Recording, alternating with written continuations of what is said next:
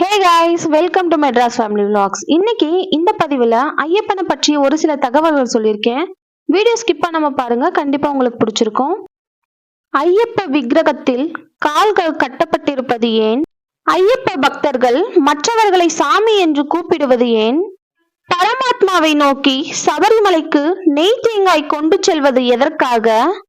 சபரிமலை 18 படிகளும் அதன் சிறப்புகளும், சபரிமலை பெரிய பாதையின் சிறப்புகள், சபரிமலை சிறு வழிப்பாதை அதாவது பம்பா பாதை எப்போது உருவானது என்பதை பற்றியும் இப்பதிவில் தெளிவாக காணலாம். முதலில் ஐயப்பனின் கால்கள் கட்டப்பட்டிருப்பது ஏன் என்பதை பற்றி பார்க்கலாம். ஐயப்பனின் கால்களில் காணப்படுவது கட்டு அல்ல, யோக பட்டம். ஐயப்பன் யோக நிலையில் இருப்பதால் அவர் காலில் கட்டப்பட்டுள்ள பட்டம் யோக பட்டம் எனப்படும். இதே மாதிரியான யோக பட்டத்தை நீங்கள் யோக நரசிம்மர், யோக தட்சிணாமூர்த்தி போன்ற யோக நிலையில் அருளும் தெய்வ மூர்த்த தலங்களிலும் காண முடியும். பகவான் சாஸ்தா இயற்கையாகவே யோகேஸ்வர ஸ்வரூபத்தில் உள்ளார். அவரை வீரம், கம்பீரம் போன்ற கோலங்களில் அச்சங்கோயில், ஆரியங்காவு கோயில்களிலும் காணலாம். சபரிமலையில் யோக நிலையில் முக்கியத்துவத்தை பிரதிபலிக்கும் முகமாக உள்ளார். ஏனென்றால் அது மகா யோக பீடம். பகவான் அங்கே தவக்கோலத்தில் இருக்கிறார். அதனால்தான் யோக பட்டம் அவர் காலில் கட்டப்பட்டுள்ளது. இந்த நிலை ஹரிவராசனம் எனப்படும். அதாவது 2 கால்கள் பின்புறமும் நிலத்தில் அழுத்தி இருக்க முதுகெலும்பை நேராக நிலைநிறுத்தி அமர்ந்திருக்கிறார் ஐயப்பன். இந்த யோகா நிலையில் உடலை நிறுத்துவதற்கு யோக பட்டம் பயன்படுகிறது. மற்ற கோயில்களில் சாஸ்தாவை வீராசனத்தில் தரிசிக்கலாம். இந்த திருக்கோலத்தில் சாஸ்தாவின் ஒரு கால் நிலத்திலும் மற்றொரு கால் மடித்தபடியும் இருக்கும். மடித்த காலையும் இடுப்பையும் சேர்த்து கட்டப்பட்டிருக்கும் பட்டம் வீரப்பட்டம் எனப்படும். மாலை அணிந்தவர்கள் ஏன் மற்றவர்களை சாமி என்று அழைக்கிறார்கள் என்பதை பற்றி பார்க்கலாம். சுவாமியை கும்பிடுவதிலும் வணங்குவதிலும் 2 முக்கியமான முறைகள் உண்டு. ஒன்று, எதிலும் இறைவன் இருக்கிறான் என நம்புவது, அனைத்தையும் தெய்வீகம் நிறைந்ததாகவே பார்ப்பது. மற்றொன்று, உலகில் இருப்பவை யாவும் கடவுளே என்று எண்ணுவது, எல்லாம் கடவுளே, எதிலும் கடவுளே என நினைத்து வணங்குவது. ஐயப்ப வழிபாட்டில் எல்லாரும் எல்லாமும் ஐயப்பனே என்ற ஐதீகம் கடைபிடிக்கப்பட்டு வருகிறது. அதனால்தான் ஐயப்ப பக்தர்கள் எல்லோரையும் அந்த ஐயப்பனாகவே பாவித்து சாமி என்று அழைக்கிறார்கள். விலங்கு, பறவை போன்றவற்றையும் கூட ஐயப்ப சாமியாகவே பாவிக்கிறார்கள், அப்படியே கூப்பிடுகிறார்கள். எல்லாம் தெய்வமே என்கிற போது உயர்ந்தவர் தாழ்ந்தவர், உள்ளவர் அற்றவர் என்பது உள்ளிட்ட எந்த பேதமும் பக்தர்களுக்கிடையே இருக்காது. தெய்வத்தின் முன் அனைவரும் சமம் என்ற எண்ணம் நிலவும். இதைதான் ஐயப்ப பக்தர்கள் கடைபிடிக்கின்றனர். அனைவரையும் சாமி என்று அழைக்க காரணமும் இதுதான். பக்தர்கள் ஏன் நெய் தேங்காய் கொண்டு செல்கிறார்கள் என்பதை பற்றி பார்க்கலாம். தேங்காய் என்பது நம் உடம்பு, நெய் என்பது நம் ஆத்மா. தேங்காயில் நெய் நிரப்பி இருமுடியில் வைத்து படியேறி பகவானை தரிசனம் செய்து பின்னர் நம் குருசாமியின் கையால் அந்த தேங்காயை உடைத்து நெய் அபிஷேகம் செய்யும் போது பரமாத்மாவை நோக்கி ஒரு படி மேலே செல்கிறோம் என்பது ஐதீகம். இதுதான் நெய் தேங்காயின் தத்துவம் என்று கூறப்படுகிறது. நெய்யாபிஷேகம் செய்வதின் மகிமை என்னவென்று பார்ப்போம். மனித இதயத்தை தசை நார்கள் சூழ்ந்துள்ளதை போல நார்களால் சூழப்பட்ட தேங்காயை பக்தன் தேர்ந்தெடுக்கிறான். அவனது இதயத்தில் உள்ள களங்கமான எண்ணங்களை தேங்காயில் உள்ள நீருக்கு ஒப்பிடலாம். தேங்காயில் துவாரமிட்டு அதை வெளியேற்றி நவநீதம் எனும் சுத்தமான எண்ணங்களை பசுநெய்யாக உள்ளே ஊற்றுகிறான்.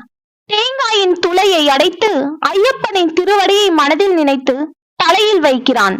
பக்தியுடன் சரண கோஷம் கூறி சுமந்து செல்கிறான். அந்நெய்யை ஐயப்பனுக்கு அபிஷேகமும் செய்கிறார்கள். அதாவது தனது உள்ளத்தில் உள்ள ஆழ்ந்த பக்தியை ஐயப்பனுக்கு காணிக்கையாக்குகிறான். இதன் காரணமாக ஜென்ம சாம்பல்யம் பெற்ற ஆனந்தம் அடைகிறான். 18 படிகள் மற்றும் அதன் சிறப்புகளை பற்றி காணலாம். சபரிமலை ஐயப்பன் கோயில் என்றாலே பக்தர்களின் எண்ணத்தில் தோன்றுவது 18 படிகள் தான். விரதமிருந்து இருமுடி சுமந்து பக்தர்கள் ஐயனை 18ஆம் படி ஏறி சென்று தரிசித்தாலே மிகவும் சிறப்பானதாகும். சுவாமியை இவ்வாறு தரிசித்தால்தான் ஒரு மண்டலம் விரதம் இருந்து கோயில் சென்று வந்ததன் முழு பலன்களையும் புண்ணியத்தையும் பெற முடியும் என்பது ஐதீகம். இந்த 18 படிகளில் ஒவ்வொரு படியும் ஐயப்பனின் திருநாமங்களால் அழைக்கப்படுகிறது. அவற்றை ஒன்றன் பின் ஒன்றாக விவரித்துள்ளேன், கேளுங்கள்.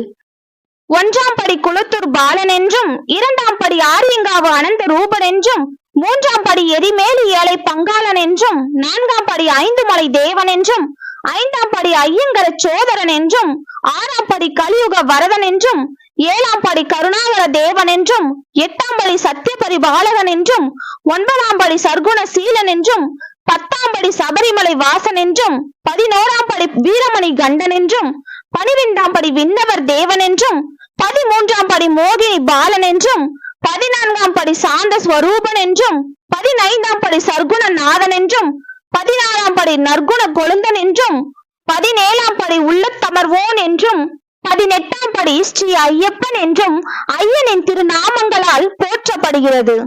இந்த 18 படிகளுக்கான தத்துவங்களை பார்ப்போம். முதல் 5 படிகள் மெய், வாய், கண், மூக்கு, செவி ஆகிய ஐம்புலன்களையும், 6 முதல் 13 வரை அஷ்டமா சித்திகளையும், 14, 15, 16 படிகள் 3 வித குணங்களையும், 17வது படி ஞானத்தையும், 18வது படி அஞ்ஞானத்தையும் குறிக்கின்ற வகையில் அமைந்துள்ளதாக ஐதீகம். சபரிமலை கோயிலில் அமைந்துள்ள 18 படிகளும் தெய்வாம்சம் நிறைந்தவை.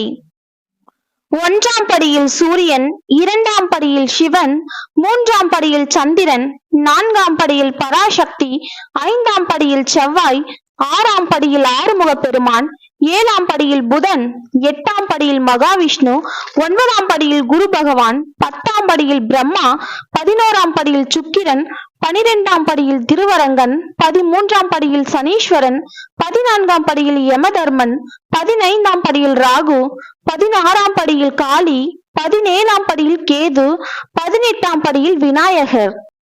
ஐயப்ப சுவாமி கொடிய அரக்கியான மகிஷியை வதம் செய்த போது பயன்படுத்திய ஆயுதங்கள் 18. அவை வில், வாள், பரிசை, குண்டம், ஈட்டி, கைவாள், முள்தடி, முசலம், கதை, அங்குசம், பாசம், பிண்டிபாலம், வேல், கடுநிலை, பாஷம், சக்கரம், பரிகம், சரிகை. இந்த 18 வகை ஆயுதங்களும் 18 படிகளாக அமைய பெற்றன என்பதும் ஒரு ஐதீகம். சபரி சாஸ்தா ஐயப்பனை காண கடும் விரதம் இருந்து வரும் பக்தர்கள் அனைவரும் புனிதம் நிறைந்த புண்ணியம் அருள்கின்ற இந்த 18 படிகளில் ஏறி சென்று அகிலம் காத்திடும் ஐயப்பெருமானை தரிசித்தாலே சாலச் சிறந்ததாகும். சபரிமலை பெரிய பாதை, அதாவது எரிமேலி பாதையை பற்றி காண்போம். சபரிமலை பெரிய பாதை என்னும் எரிமேலி வனப்பாதையே ஐயப்பன் தன் யாத்திரைக்காக சென்ற வழி என்பார்கள் குருமார்கள். மகிஷியை கொன்று வீசிய இடம் எரிமேலி எருமை கொல்லி என்ற பெயரே எருமேலியாகி உள்ளது.